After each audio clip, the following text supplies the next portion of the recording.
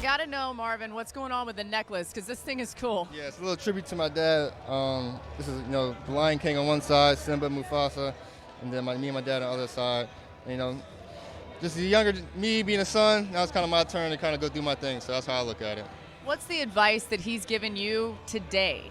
Just be yourself. Just be yourself each and every day. Stay focused, work hard, continue to set goals, just have fun with playing the game. What will it mean to you if you're the first wide receiver drafted tonight? It would mean very little, honestly. I think once you look back at it, no one's going to remember who the first wide receiver drafted, or just going to remember your career and what you did then. So it would be an honor to be the first receiver, but not too much I'll be super proud of. And what do you think it'll mean to your dad to see you drafted tonight? A full circle moment, really, to see me grow up, play football, kind of follow in his footsteps, and to be where he's at. And hopefully I can reach the Hall of Fame just like him, so we'll see. I bet you will. Thanks, Marvin. Of course, thank you for having me. Marvin's going to have bragging rights on his dad. He's going to get selected maybe 10, 15 spots higher than Marvin did back in the day. But then the work starts. And a guy that knows a little something about that, the 8th pick in the 1995 NFL Draft, Joseph Scott Galloway. That graphic stopping with like 3 receivers previously at Ohio State. He could have went a lot further back. It's black and white footage back when you played. Dinosaurs Hey, whatever it is, that could have went further back. Yeah. So you've watched everybody, but you've watched Marvin Harrison closely. You believe he's the best receiver in this draft, and if so, why? He's the best, and he's the hardest to cover. He's 6'4", he's 205, he's a grown man. And so in this realm, the way the NFL works now, the way they throw the ball as much as they do, and as talented as these corners are, now they go to these bigger receivers.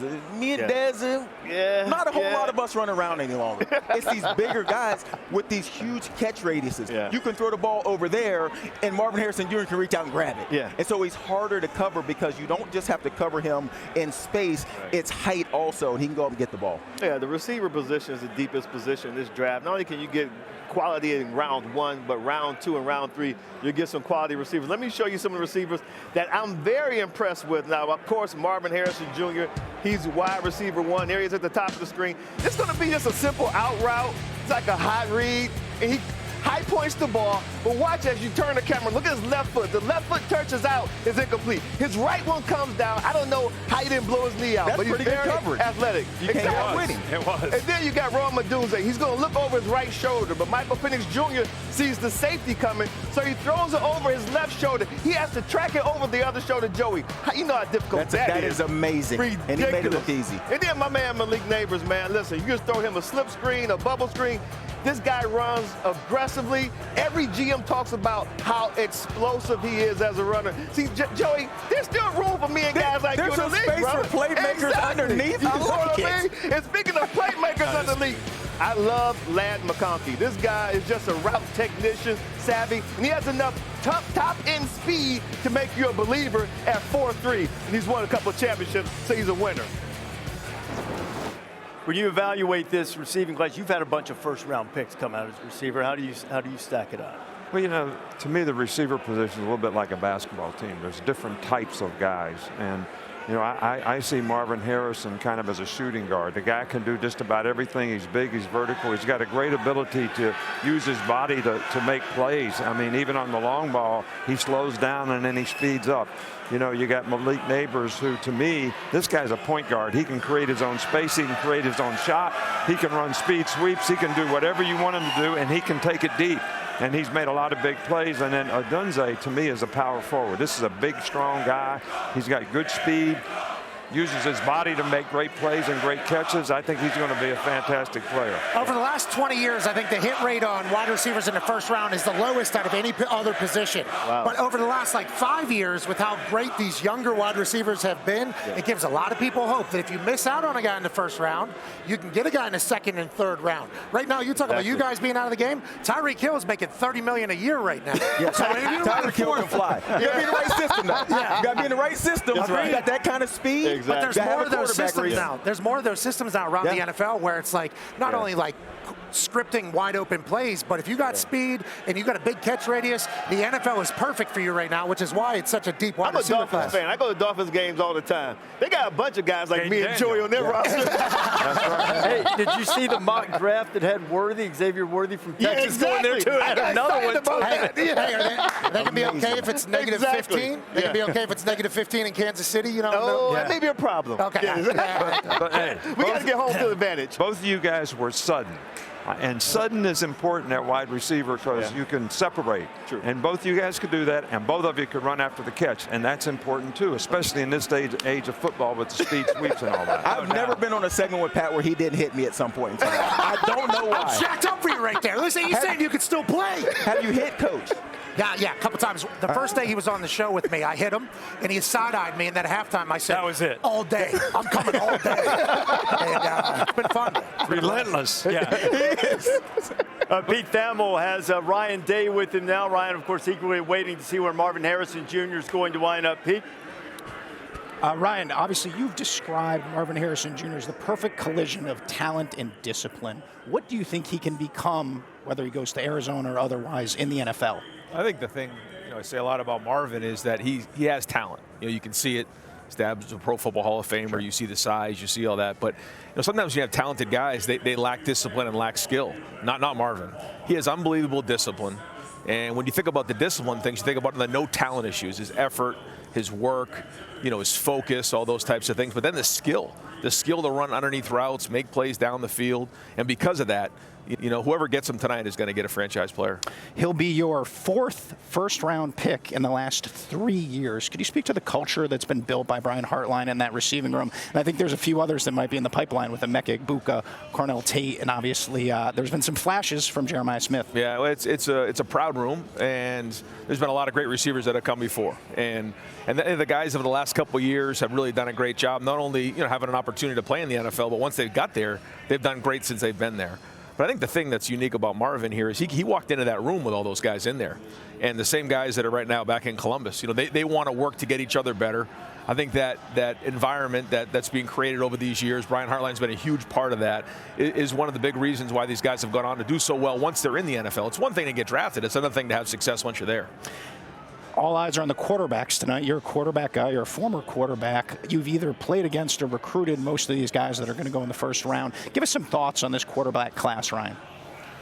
Well, I think the big thing is the fit. Yeah. The big thing's the fit. So, to me, when you're a quarterback and you're getting drafted, you want to get into a place that is going to bring you along. And it depends on kind of where you are when you get drafted. Are you getting drafted after year 3, year 4, year 5? You're seeing some guys who are coming out this year who are experienced guys. They've played a lot of football. Then you also have someone like Caleb's coming out in 3 years. And so, they want to have the right fit once they're there, and then they bring them along. Because, some of these guys are, 21 years old, some guys 24, whatever it is as they come out. So it's a good group. I think there's a lot of guys in this group that are going to go early and then make an impact, early in their careers. All right, Marvin Harrison will be making an impact soon. You got some special socks on, and I got to know what's the thought behind those. These are my Vegas tribute right here. I got all the cards and the dice on there, just giving a shout out to my home city, Las Vegas, Nevada. Yeah. I love it. You also had an interesting time on your flight over here, spending some time with the presumptive #1 overall pick, Caleb Williams. I know you guys know each other as well. What would it be like to pair up with him in Chicago if the Bears were to take you at 9? Oh, it'd be great. I think it'd be a dynamic duo to start our careers off together, and that'd be something special for sure. What are the conversations that you and Caleb have had? We've just chopped it up about different situations, you know what I mean? We've worked out, just got better as players, and, it's not like we get to choose exactly where we're going to go, so we're leaving a little room for whatever happens, but, we both agree on it being something special if that were to happen. Speaking of something special, the top 3 wide receivers in this class, which you were a part of, everybody talks about how great you are. It's probably splitting hairs between the 3 of you, but why do you think you're the best? Oh man, I just think I'm the most complete wide receiver in this year's class. Just from the aspects on the field to the locker room personality that I allow, my mindset to be a student of the game. I think are all aspects that give me the edge. But all great wide receivers for sure. Have fun tonight, Rome. Thank you very much.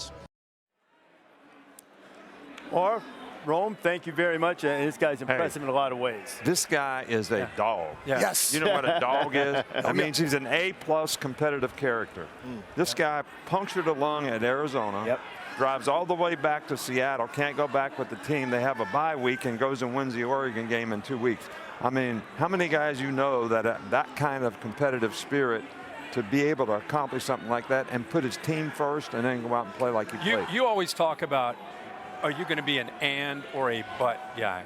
This is an and guy. This is an and guy. He's a great player. He can catch all the balls downfield, and he's going to be a leader in the locker room. How often does a receiver walk out for the flip of the coin as a captain of your team? He's that kind of guy. So if this were any other draft and you didn't have Neighbors and Marvin Harrison, everybody would be talking about this guy. And if you just watch the season, Michael Penix and Rome Odunze were college football. Every single week they're making plays at critical moments in big games against great opponents. And this guy's a freak. I think for me, it's not only that. His teammates obviously love him, but so do the coaching staff. The coaching staff trusts him. They had a green light if he was one-on-one to go out there. No matter what the call is, we run the ball. We don't care. It is a green light to Rome Odunze. And they ride that all the way to the national championship. It's like, I love Rome. I love the way he works. 6'3", 212, and runs a 4.3. 6'3", 212. This is a butt guy. Yeah, he's a butt and